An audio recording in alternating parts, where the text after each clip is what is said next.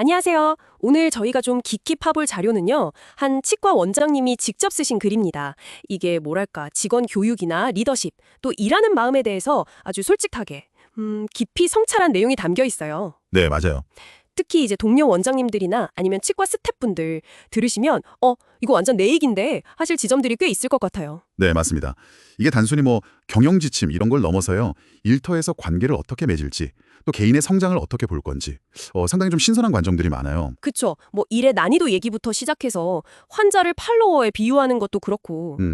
심지어 주인의식 있잖아요. 아, 네네. 약간 좀 오래된 개념 아닌가 싶기도 하고. 그렇죠. 근데 그걸 개인의 어떤 평화를 위한 도구로 다시 해석하는 부분까지 정말 곱씹어볼 만한 내용이 아주 풍성합니다. 맞아요. 꼭 뭐랄까 잘 아는 선배 원장님이 옆에서 야 내가 해보니까 말이야 이렇게 조언해주는 느낌? 네, 딱 그런 느낌이죠. 그럼 이 원장님의 생각을 한번 쭉 따라가 보면서 우리 치과, 우리 일터에 적용할 만한 힌트 한번 찾아볼까요? 좋습니다. 자, 첫 번째부터 흥미로운데요. 일이 적당히 어려워야 한다. 이 얘긴데요. 네, 너무 쉬우면 아시겠지만 금방 지루해지고 그쵸? 너무 또 어려우면 네네. 나가 떨어지기 쉽잖아요. 번아웃 오고. 맞아요. 그래서 이 원장님도 직원들한테 직접 물어봤다고 하더라고요. 우리 치과 일 할 만하게 어렵습니까? 이렇게요? 오, 직접이요? 그래서 대답이 뭐였대요? 다행히 네, 적당히 어렵습니다. 이런 답을 들었다고 합니다. 아, 다행이네요. 이게 바로 그 심리학에서 말하는 몰입, 그 플로우 상태 있잖아요. 그걸 만들 수 있는 최적의 조건. 도전이랑 능력 사이의 그 균형점. 네, 바로 그거죠. 그 균형점과 딱 맞닿아 있는 거예요. 이걸 들으시는 여러분도 한번 스스로에게 물어보시면 좋을 것 같아요. 내 일이 지금 나를 딱 적당히 힘들게 하고 있나? 스스로에게 던지는 질문치고는 좀 묘한데요. 그렇죠. 자, 다음은 더 독특한 비유가 나옵니다. 원장님이 치과 운영을 리더인 원장이 팔로워인 환자를 모으는 게임이다. 이렇게 표현했어요. 네, 마치 SNS 팔로워 늘리듯이요. 네. 그러면서 본인 치과 환자 수를 세어보니까 대략 한 8,400명에서 1만 명 사이다. 즉, 팔로워가 한 1만 명 정도 되는 셈이다. 이렇게 추산하시더라고요. 근데 여기서 진짜 핵심은 그냥 그 숫자가 아니라는 거죠. 숫자가 아니라. 네, 중요한 건 진짜 팔로워. 그러니까 우리 치과의 어떤 철학이나 방향성 이런 거에 공감하고 함께 좀 평화롭게 지낼 수 있는 유효 팔로워를 확보하는 것. 그게 중요하다고 강조해요.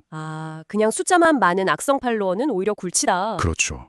그런 팔로워는 뭐 관리만 힘들고. 네. 와, 이거 진짜 재밌는 관점인데요. 단순히 환자를 치료 대상으로만 볼 게 아니라 우리 치과랑 결이 맞는 사람들하고 좋은 관계를 맺어가는 과정이다. 이렇게 일의 의미를 좀 확장할 수 있겠어요. 네, 맞아요. 그럼 이런 관점에서 보면 직원의 역할도 좀 다르게 보일 것 같은데요? 정확합니다. 이 원장님이 딱 그 얘기를 해요. 직원이 스스로를 어떻게 정의하느냐, 여기에 따라서 업무 경험의 질이 뭐 하늘과 땅 차이다. 어떻게 정의하느냐. 네. 그러니까 시키는 일만 하는 사람이라든지 그냥 월급 받는 고용인 이런 수동적인 인식에서 좀 벗어나야 한다. 이겁니다. 그럼 어떤 대안을 제시하시던가요? 몇 가지 재밌는 제안을 하는데요. 예를 들면 보스를 돕는 사람. 조력자. 네. 그냥 직원이 아니라 조력자라는 느낌. 또 불교 용어 중에 도반이 있잖아요. 네네. 같이 길을 가는 벗. 네. 그걸 빌려와서 같은 목표를 향해 함께 길을 가는 동반자. 이렇게 보기도 하고요. 심지어는 더 나아가서 그 옛날 춘추 전국시대에 공자가 군주를 선택했듯이 직원이 내 능력을 펼치기 위해서 스스로 이 치과라는 플레이그라운드를 선택한 거다. 이렇게 아주 주체적인 존재로 인식할 수도 있다고 말해요. 와, 듣고 보니까 진짜 그렇네요. 똑같이 지시를 따르더라도 이게 내가 선택해서 따른다랑 어쩔 수 없이 시키니까 따른다. 이거랑은 마음가짐 자체가 완전 다르잖아요. 그렇죠. 그게 엄청난 차이죠. 이게 바로 내 삶의 리더 되기에 뭐랄까 첫걸음일 수도 있겠다. 이런 생각이 드네요. 네, 맞습니다. 바로 그런 맥락에서 이제 주인의식 이야기가 나오는데 이게 또 해석이 아주 신선해요. 그 주인의식. 저 이거 듣고 좀 놀랐어요. 그렇죠. 예전에 운영이 너무 힘들어서 막 포기하고 싶었을 때가 있었는데 그때 마음을 딱 고쳐 먹었대요. 그래, 이거 다 내 책임이다. 내가 최종 결정권자지. 이렇게. 네. 그랬더니 오히려 마음이 편안해졌다는 거예요. 그 경험을 나누시더라고요. 책임을 받아들이니 오히려 평화가 왔다. 네. 근데 중요한 건 이게 막 직원을 쥐어짜려고 하는 말이 아니라는 거예요. 그쵸. 보통 주인의식 가져라 하면 약간 회사를 내 것처럼 생각하고 뼈 빠지게 일해. 이런 느낌으로 많이 쓰잖아요. 네. 그런 구시대적인 잔소리가 전혀 아니고요. 오히려 이거예요. 어차피 해야 될 일이잖아요. 그러면 이걸 내가 주체적으로 선택하고 내가 책임진다고 생각하면 불필요한 망설임이나 스트레스가 확 줄어든다. 그래서 결국 너 자신에게 좋은 거다. 이런 의미예요. 심지어 나 좋자고 하는 말이 아니라 선생님들 편하시라고 드리는 말씀입니다. 이렇게까지 표현하세요. 와, 결국 내 마음의 평화를 위한 전략, 멘탈 관리법으로서의 주인의식이네요. 망설임 자체가 스트레스니까요. 그렇죠. 딱 그겁니다. 이야, 이건 진짜 놀라운데요? 자, 다음은 더 직설적이고 아주 흥미로운 이야기입니다. 진상은 호구를 알아본다. 네, 이거 좀 세죠?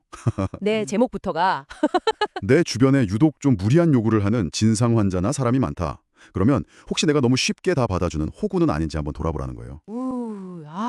뜨끔한데요. 심지어 더 나아가서 차라리 현명한 진상이 될지언정 호구는 절대 되지 마라. 이런 아주 도발적인 조언까지 덧붙입니다. 야, 이거 듣는 순간 헉 하시는 분들 꽤 많을 것 같은데요. 그러면서 결단의 중요성을 또 강조하세요. 네, 충분히 고민했다면 그게 환자 문제든 뭐 직원 문제든 더 이상 망설이지 말고 칼같이 딱 결정하고 밀어붙여라. 망설이는 것 자체가 상황을 더 악화시킨다. 이것도 결국은 뭐랄까 자기 기준을 명확히 세우고 좀 단호하게 행동하는 태도, 그 중요성을 말하는 것 같아요. 물론 그 결정 전에는 충분한 고민이 반드시 필요하겠지만. 네, 숙고는 당연히 해야죠. 그렇죠. 근데 일단 결정했으면 막 이리저리 끌려다니지 말고 주체적으로 딱 나아가라.